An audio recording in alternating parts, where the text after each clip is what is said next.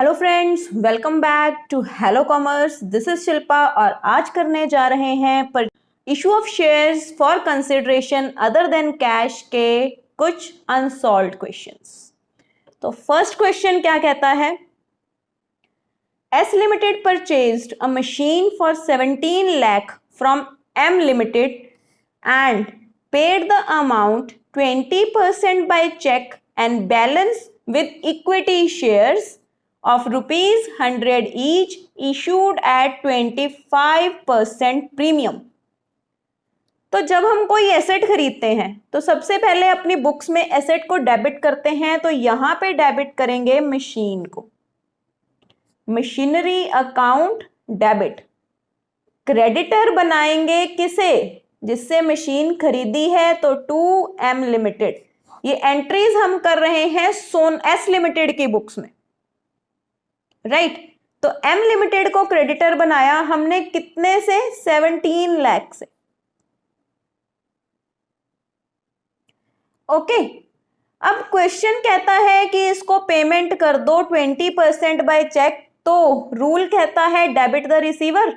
तो M limited account debit to cheque, तो मतलब बैंक से, टू बैंक अकाउंट।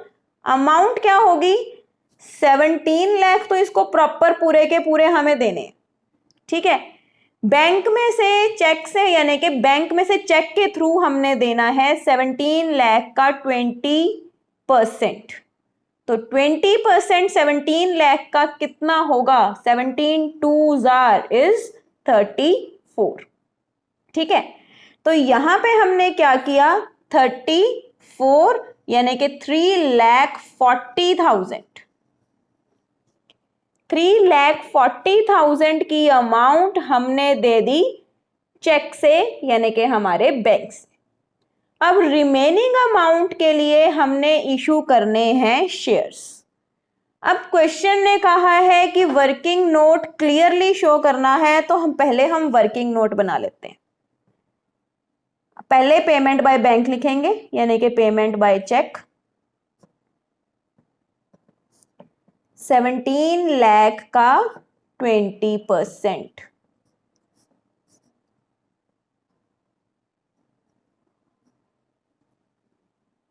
ठीक है। रिमेनिंग अमाउंट कितनी होगी?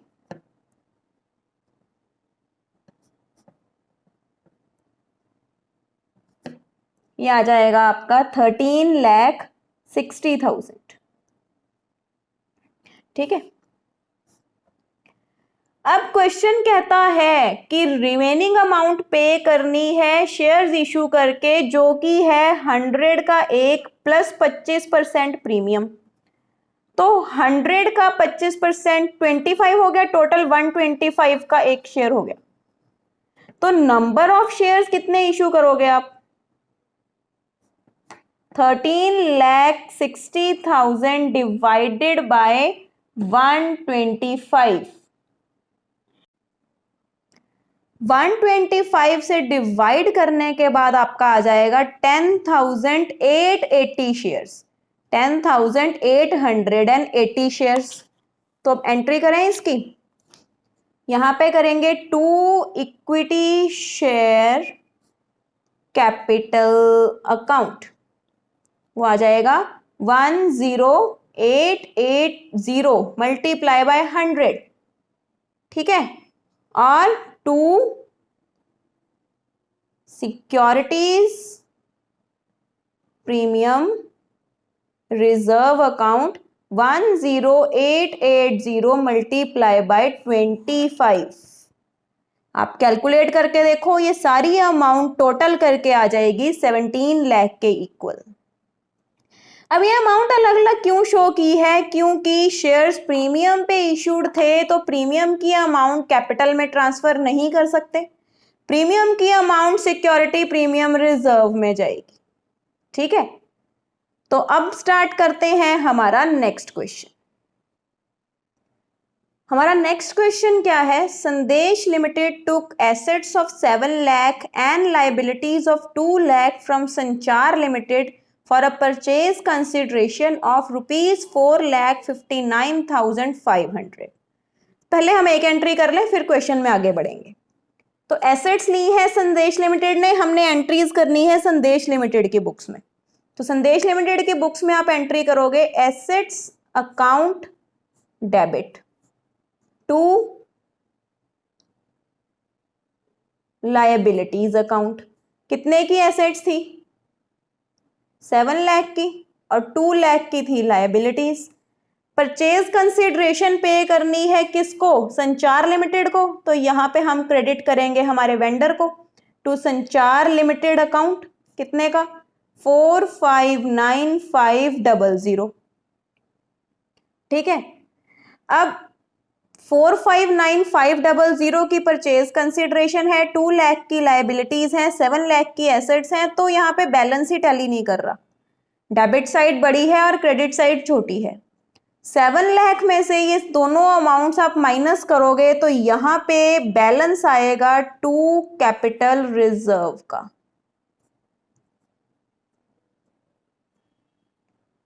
तो ये है 7 लाख माइनस 2 लाख, 5 लाख। 5 लाख में से 4,59,500 आप माइनस करोगे तो वो अमाउंट आ जाती है आपकी 40,500 की।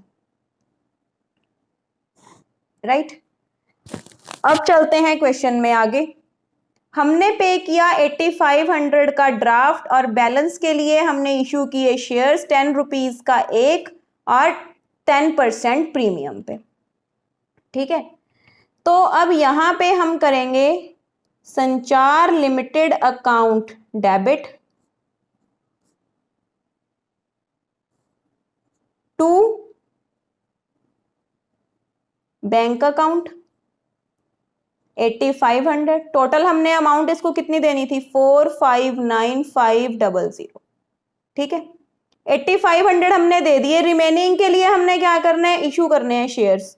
तो अमाउंट कैलकुलेट करते हैं, नंबर ऑफ शेयर्स कैलकुलेट करेंगे। Number of shares to be issued करेंगे 459500 माइनस 8500।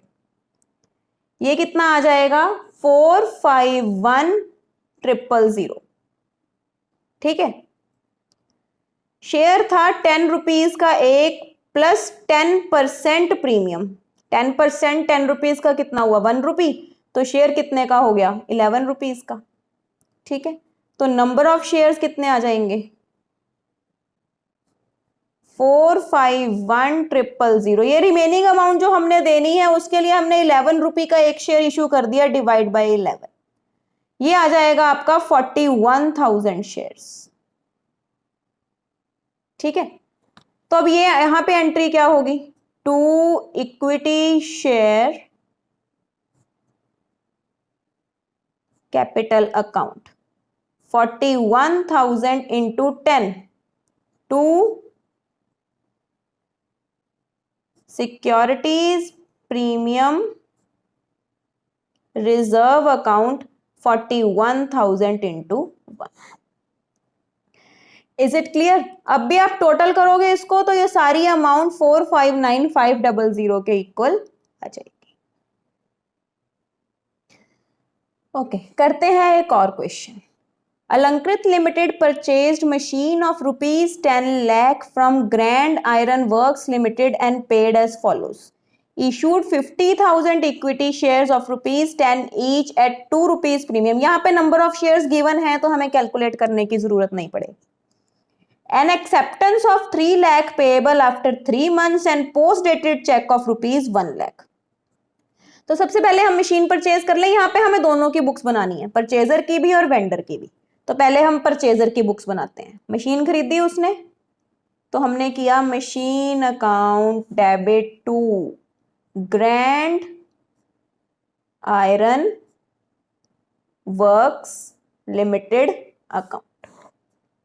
नरेशन लिखोगे आप। अमाउंट कितनी आएगी? 10 लाख की। अब पेमेंट के लिए इसने 3-4 मीडियम्स चूज किए हैं, तो पेमेंट करते हैं इसकी। Grand iron works limited account debit to equity share capital account to securities premium reserve account to, एक उसने दिया था चेक, चेक तो एंट्री क्या करेंगे टू बैंक अकाउंट, और एक उसने दी थी acceptance, acceptance of 3 lakh means उसने बिल पेएबल इशू किया to bills payable account. Okay, इसको पेमेंट कितनी देनी है 10 लाख की। शेयर्स इशू किए 50,000 शेयर्स 10 रुपीज ईच, तो 50,000 into 10 5 lakh rupees at a premium of 2, 50,000 into 2 1 lakh rupees. Bank से कितने दिए 1 लाख रुपीज चेक के थ्रू, और बिल पेएबल दिया 3 लाख का। टोटल करके देखो 5 + 1 6 + 1 7 + 3 10। ठीक है, अब ये तो थी परचेजर की बुक्स। अब अगर मैंने बनानी हो वेंडर की बुक्स, तो वेंडर की बुक्स कैसे बनेंगी, ऊपर लिखेंगे जर्नल ऑफ, आपने इस तरह से नहीं बनाना, सेपरेट करके दिखाना है, journal of grand iron works limited. ठीक है, इसने सेल की है तो क्या करोगे Alankrit limited account debit to sales account. ठीक है, कितने की सेल की थी 10 लाख की। ये सेल्स क्यों करेगा, क्योंकि मशीन में डील करना उसका काम है, ये मशीन नहीं रिकॉर्ड करेगा, यहाँ पे इसने अपनी एसेट सेल नहीं की है, इसने इसका काम है मशीन को सेल करना, तो इसने मशीन सेल की तो इसलिए ये सेल्स में रिकॉर्ड करेगा उसे। अब इसे पेमेंट मिलनी है अपनी। ठीक है, पेमेंट मिलनी है तो इसके पास क्या कुछ आया, शेयर्स आए, किस पे आए प्रीमियम पे आए, और क्या आया इसके पास चेक का आया, और एक आया BR। ठीक है, तो अब ये अमाउंट किससे रिसीव करेगा अलंकृत लिमिटेड से। ठीक है, तो इसे अलंकृत लिमिटेड ने शेयर्स दिए थे, वो इसके लिए इन्वेस्टमेंट बन जाएगी, तो ये क्या करेगा इन्वेस्टमेंट अकाउंट डेबिट, कितने से 5 + 1 6 लाख से। जो इसे बिल पेएबल आया था वो इसके लिए क्या बन जाएगा बिल रिसीवेबल अकाउंट डेबिट, कितने से 3 लाख से। और जो बैंक की अमाउंट थी वो इसे चेक मिला था जो कि पोस्ट डेटेड था, तो ये क्या करेगा cheque in hand account debit. Amount क्या होगी उसकी 1 लाख रुपीज, और 2 क्या करेगा ये अलंकृत लिमिटेड, टोटल 10 लाख की एंट्री। ये थी एंट्री दोनों की बुक्स में, वेंडर और परचेजर की बुक्स में। आपको ये दोनों सेपरेट करके दिखाने हैं, मैंने दोनों एक जगह इसलिए किए हैं ताकि ये अमाउंट्स मैं आपको यहाँ पे टैली करवा सकूं, आपको प्रॉपरली एक्सप्लेनेशन दे सकूं इनकी। आपको इस तरह से दोनों जर्नल्स इकट्ठी नहीं करनी है, बीच में ये बुक यहाँ पे क्लोज करके सेकंड बुक आपको फिर मेंटेन करनी है, और प्रॉपर फॉर्मेट जैसे मैंने बोला है जर्नल ऑफ अलंकृत limited, journal of grand iron works limited, आपको प्रॉपर फॉर्मेट बनाना है दोनों का। Is it clear? नरेशंस भी प्रोवाइड करनी है। ये जो टॉपिक है ये बहुत ईजी है, और नॉर्मली ये क्वेश्चन अगर एग्जाम में आता है तो नियर अबाउट 4 मार्क्स के करीब इजिली आता है ये क्वेश्चन। रिवीजन कीजिए, अनसॉल्व्ड क्वेश्चंस करते रहिए, और मिलते हैं हम हमारी नेक्स्ट वीडियो में जिसमें हम डिस्कस करेंगे फॉर फ्यूचर के questions. Until then, keep studying.